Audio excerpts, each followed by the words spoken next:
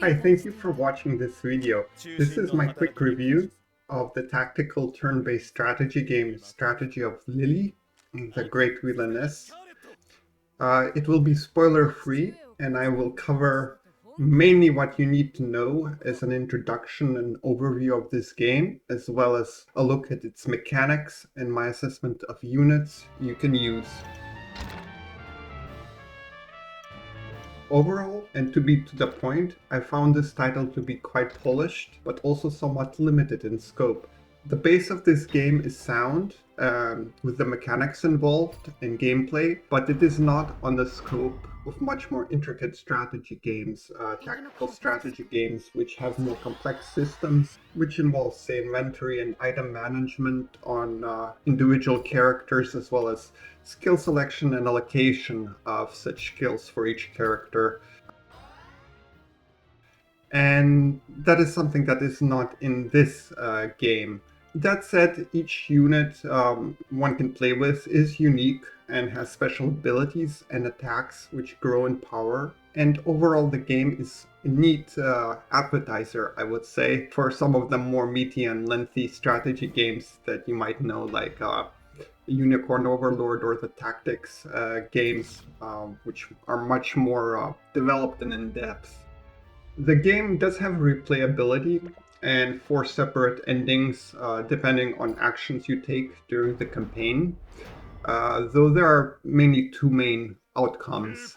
And I'd say there's a shorter way to play the game with the pure conquest route, where you just go and kill everyone, and such a run takes about 10 to 15 hours to do, while the longer secret kind of run where you recruit every possible enemy and learn more about kind of the backstory and plot about the game takes maybe just over 20 hours to do. The story is set in a fictional island kingdom world where there's actually 2 nations involved. One is named Empire and one is named the Republic. The plot begins as the emperor of the Imperial faction is assassinated under mysterious circumstances, and one of the principal characters, the Duchess Scarlet, I would say she's like a femme fatale type character. In general, one would say a pretty decadent noble and troublemaker. She is accused of plotting and facilitating this assassination. With the help of Lily, who happens to be in the city, a young airship engineer from the Republic, Scarlet and Lily both escape the attempt to apprehend and execute Scarlet as the capital city burns after the assassination of the emperor. And together they flee to a remote province where they start a military campaign to reclaim her duchy and possibly more. I played through the game twice on the highest difficulty right now from the 2 type of runs. While the kill them all conquest type of run is shorter and does have unique gameplay challenges in that you only have 2 units at your disposal mainly, and therefore 2 armies. So conquering maps just with those 2 is certainly a unique experience. But I would say the other one, the more peaceful unification run, is much fuller and is probably more satisfactory to do, because you will get extra maps at the end from the special kind of units you recruited, and you learned more about the plot, and hence like the game progresses on beyond a certain point because of it, which is interesting. And you will get extra maps then at the end where you're facing against enemy units and armies which are level capped, and sometimes the level of those enemies are actually above the cap. This is a fuller way to experience the unique abilities and traits which each unit has, as they matter more in these late maps where you are evenly matched, or where the enemy is actually stronger in terms of stats than your characters. Before those endgame maps, you generally do outlevel and outscale most common enemies you face, except for some trophy special enemies along the way, as well as the bosses that are in the bases you have to capture. So in terms of systems in place, there's 3 unit types which have superiority over one another in a triangle. We've seen this before, it's a good idea, and it starts to matter more when and if units are level capped, I would say. Another thing, if I look at units, there is a build trust system to unlock a special unison ability or attack at S tier. So if I look at Scarlet here, she can have a bond or relationship with Lily and Primula. Lily can have a relationship with Scarlet and Gwyn. And Carmine, he's with Carmine and Blueberry, and so on. So these are quite interesting. It takes a few battles for the early ones, like Lily and Scarlet, as you see, 10,000 rep points. That happens over the course of the campaign to unlock it. With latter units you get, it's less. It's only 4,500. But this is something that builds as you have these units in the same army, and then they build trust and unlock special attack at S tier. As a kind of principal side character, you always get the airship with which Lily comes with that can be used. Stalling Stream is very handy and used quite a bit. Forces enemies to halt, to freeze them in place. It's great for stalling, controlling choke points. I used this one quite a bit on my Conquest run. Causes supplies to be withheld from enemy range. This can be used when you're assaulting a very hard base like a boss or a special enemy, so that enemy doesn't heal in between turns as you are attacking it. Hustle Stream, I used this one also quite a bit more in the peaceful run, just to remaneuver troops faster and also to hit a boss with multiple armies that are spread out, because not all tiles near like a boss tile can be 4 or 5 units, but some are more spread out, and I used Hustle Stream just so that all my armies could reach the boss after I placed them. Luring Stream I never used, Betrayal I never used, Surrender I never used. Capture Stream of course you use, and it costs only like costs no energy basically, so this one you use on your peaceful run when you want to capture a general instead of just killing them outright. And you can always stop streaming the broadcast to restore energy from the ship. The airship has 3 charges of energy, and after 3 turns, if it's being used for 3 turns, it runs out of energy and basically has to do nothing for a turn, and then all 3 bars are reset again. Okay, I'm going to show a quick gameplay demonstration for you to get an idea of this. It will be from the very first act of the game, so not much, but you get a sense of how combat here unfolds. And this is the map of what you'll be conquering. Start in this area in the south where you flee. Start around here, as you see, and work your way here. There were a few more forts here and commanders on that area, and I just made my way across this little island towards the main boss of this map. And we are about to run into this very annoying enemy over here. The game has 4 of these acts, and each map area is larger, and there are more enemy armies that spawn later. Ambush spawns included, some surprising turn of events, which are neat, and I would say like some of the more positive things in the map. And some secret larger maps, as I said at the end, which are level capped on the peaceful path of the campaign. Basically, like, you have to go from square to square, from like circle to circle, and you can see that they have different types of stars. So an area with say 4 stars, like right now I'm on a 1-star tile, but if I want to capture like a little fort with 2 stars, I'd have to normally wait there 2 turns until it is flipped to my color, which is red. and then I can advance, and that's how it goes.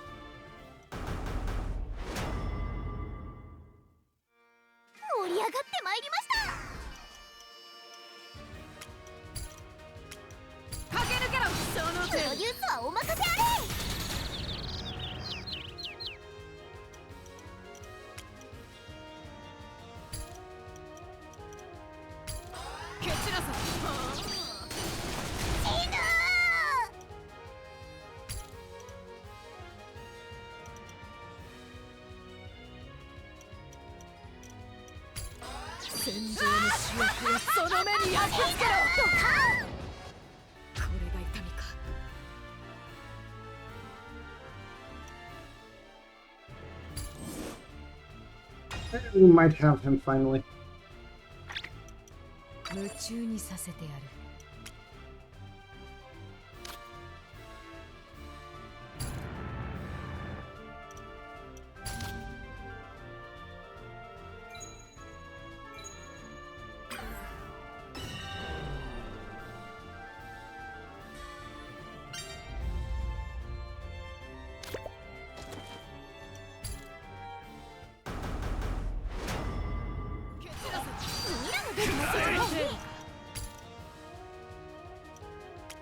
Yeah, like this.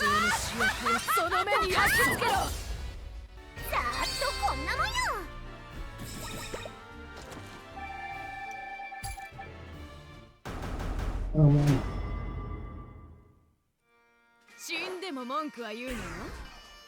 Okay. He's going for all, okay.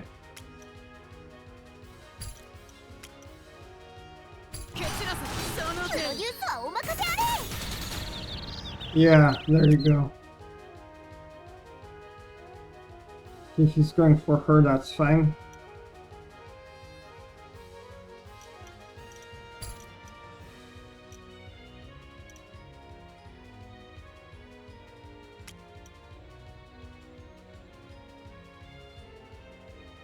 Yeah.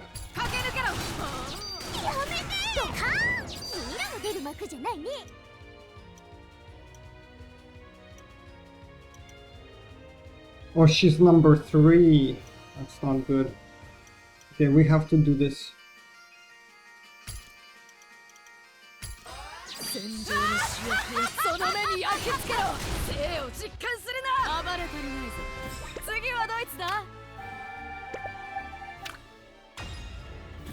Let's heal up.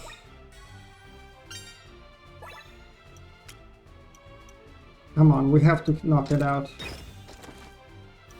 We can actually delegate and it'll solve it, but I'll command it.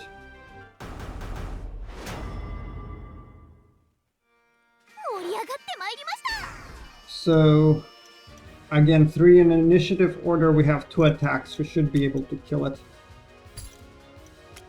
Yeah. Bye bye. Yeah, so we eliminated this annoying enemy this way by circling around here until we whittled it down on health. Now we're just gonna go for the main base and win. Alright, let's see how strong we are to attack this base. I mean, looks alright. She's a pretty defensive commander, so we will suffer here a bit. Thankfully she doesn't deal that much damage, but... Oh wow, where are you going last? Mobility down. Okay, wow.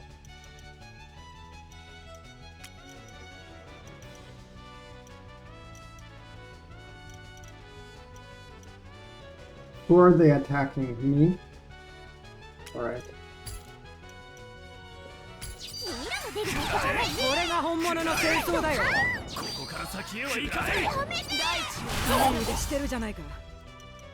Alright, let's go for another Crimson Wave, I guess. Or should we do Scarlet? Yeah, let's do that one.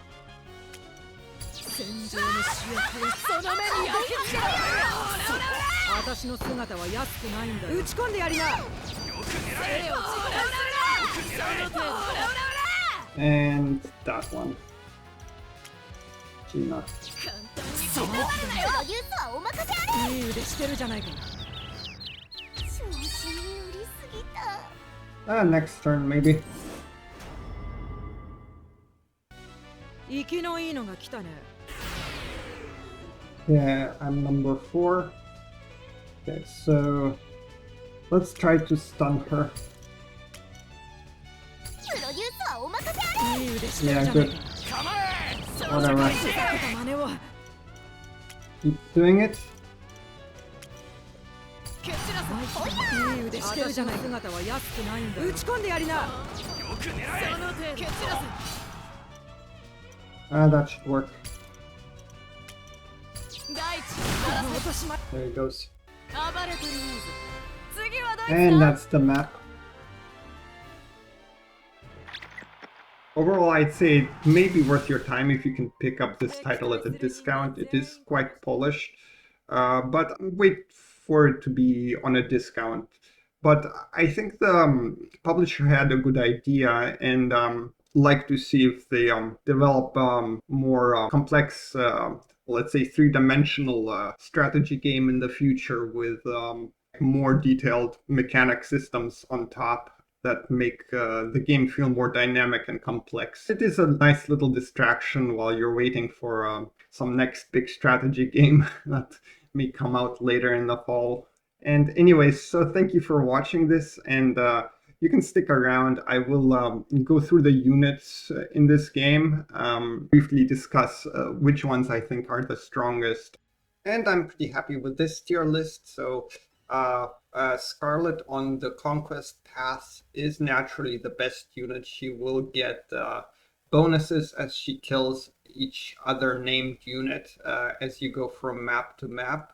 And yeah, she'll just become an offensive juggernaut that way.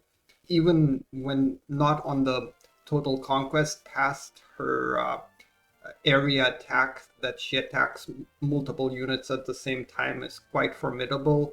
And her special skill to boost her own attack into revolutionary subtypes that everyone is vulnerable to her damage is always quite useful. I would say that if you are on the peace path when you're recruiting everyone else, there are a few units that stand out more than her and are sometimes equal to her, if not better. But yeah, on the Conquest path, she's the best. The other S tier units in offense are these two very late recruits you can get. Blaubeer, Blueberry, and Erle.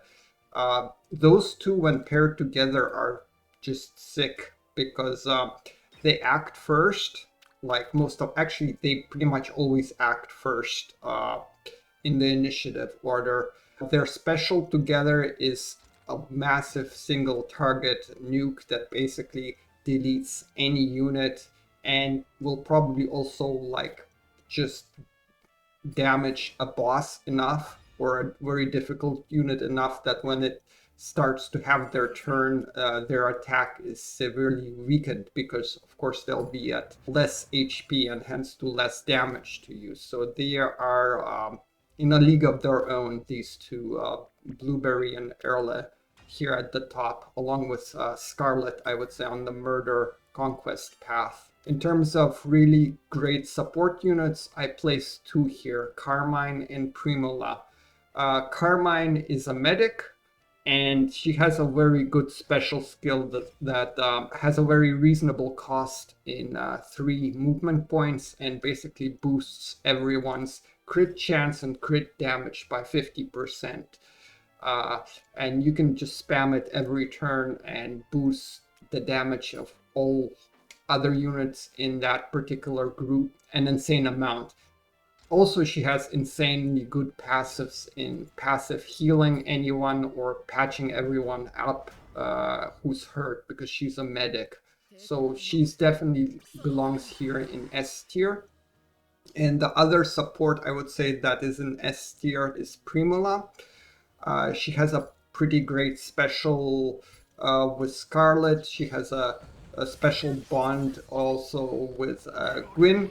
And in general, her standout skill is that for 5 MP, which is kind of costly, she basically gives a globe of invulnerability to a unit. So if you see like enemies want to target another unit this turn, uh, she can use that skill on that unit and basically negate all damage done to you. That will also always act first when she uses that skill. It's a costly skill of 5 movement points, but it's very well worth it.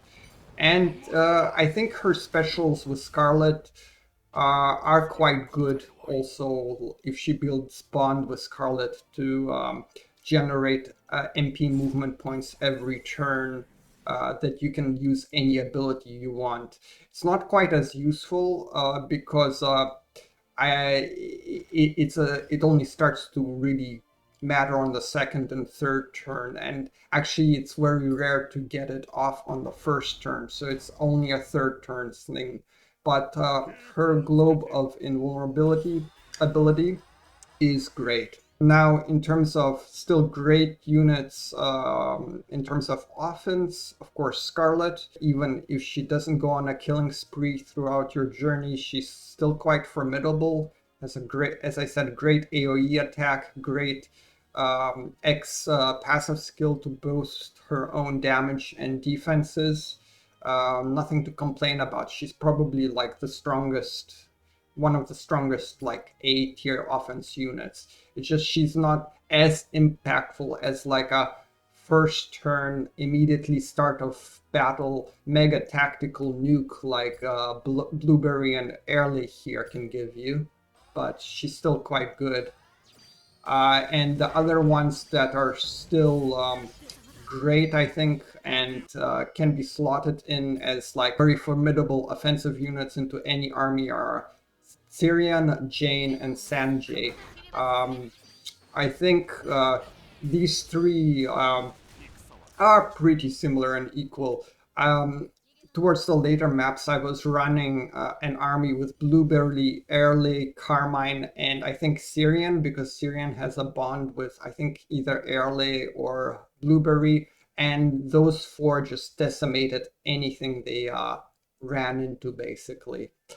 Uh, Special mention here in A tier lastly is Harold and Brown, but only if they are paired together, because if they're paired together and their bond is at S rank, Brown can give himself a boost to attack and defenses similar to what Scarlet can do on her own. And in that way, he does become a really good damage unit with good defenses. Then, speaking of still very good support units, but not quite on the level of Carmine of Primale, is Lily, the second, I would say actually the main character you get along with Scarlet. Her claim to fame is that her special attack can stun the enemy, and basically deny that enemy a turn if she's successful in stunning that enemy. And it's quite handy and nice. I like it. She can be a bit fragile defensively, although if I look at defensive ratings, for some reason it's higher than Scarlet's, but Scarlet always feels more tanky just because her special skill boosts her defense and offense a percentage amount. But nothing to complain here. With Lily, she's quite handy and a good support unit just because of that stun. Um, yeah. Harold is basically a lot like Carmine, except his skill, which is very similar to Carmine's, also boosts damage and crit, but that doesn't boost crit chance, I believe, and costs 1 MP more. Like Carmine's skill costs only 3 MP, which is very low and very reasonable for that boosting skill. And Harold's costs 4, and his passives are generally not as good as Carmine's. So he's here. He's still good to insert as that support unit on your, let's say, B squad, while Carmine goes onto the A squad, basically. And Then we have these decent units, Brown when he's alone and not with Harold, and Gwyn. Um, Generally tanky units that still do good damage, but don't have any, like I would say, special outstanding qualities like these units over them that I ordered here above them. And same goes for Rubius and Sapphirus. They're decent, but I don't think they're like anything so super special. Here, in terms of decent support, I would say Tyler and Rebecca. Rebecca can actually be moved up to decent. She's a very defensive unit that's very good at holding choke points, and she takes very little damage because her main attack that is quite decent, especially I believe against infantry units, because she's a Cannoneer, also lowers that unit's damage for a turn by quite a bit amount. So she can hold choke points or defensive positions quite well. And with Tyler, I was not as impressed with his kind of unique support skills as with the other support units I listed above, as in Herald, Lily, Primula, and Carmine. And then we have these last three here. All these three units are from the first map that you can recruit. And as a result, their levels will be a bit behind, I would say, unless you grind compared to the later recruits. Yuchi here does have a good single target nuke at a moderate cost of MP. I think it costs 4 MP. It's called Fox Hunting. It's like a single target nuke. It's only single target, and later you have like characters that hit in AoE, which is quite useful, or these very late sniper units in Blueberry and Erlich who just outclass that. When you get him early, if you get him, he's still decent. I definitely think these three units here are like the least impactful. And if you're doing like a hybrid run where you want to boost Scarlet a bit, but still recruit some of the stronger units just to mix it up, like on the first map, I would say these three are sacrificial lambs kind of thing. If I would put a unit here that's not meh up to like decent support, it would be Gina, because she does have skills to boost defenses in an army that are quite handy. I often slotted her in with Rebecca, and those two, Rebecca and Gina, could hold a position on their own basically indefinitely. So Gina is a very defensive unit as well.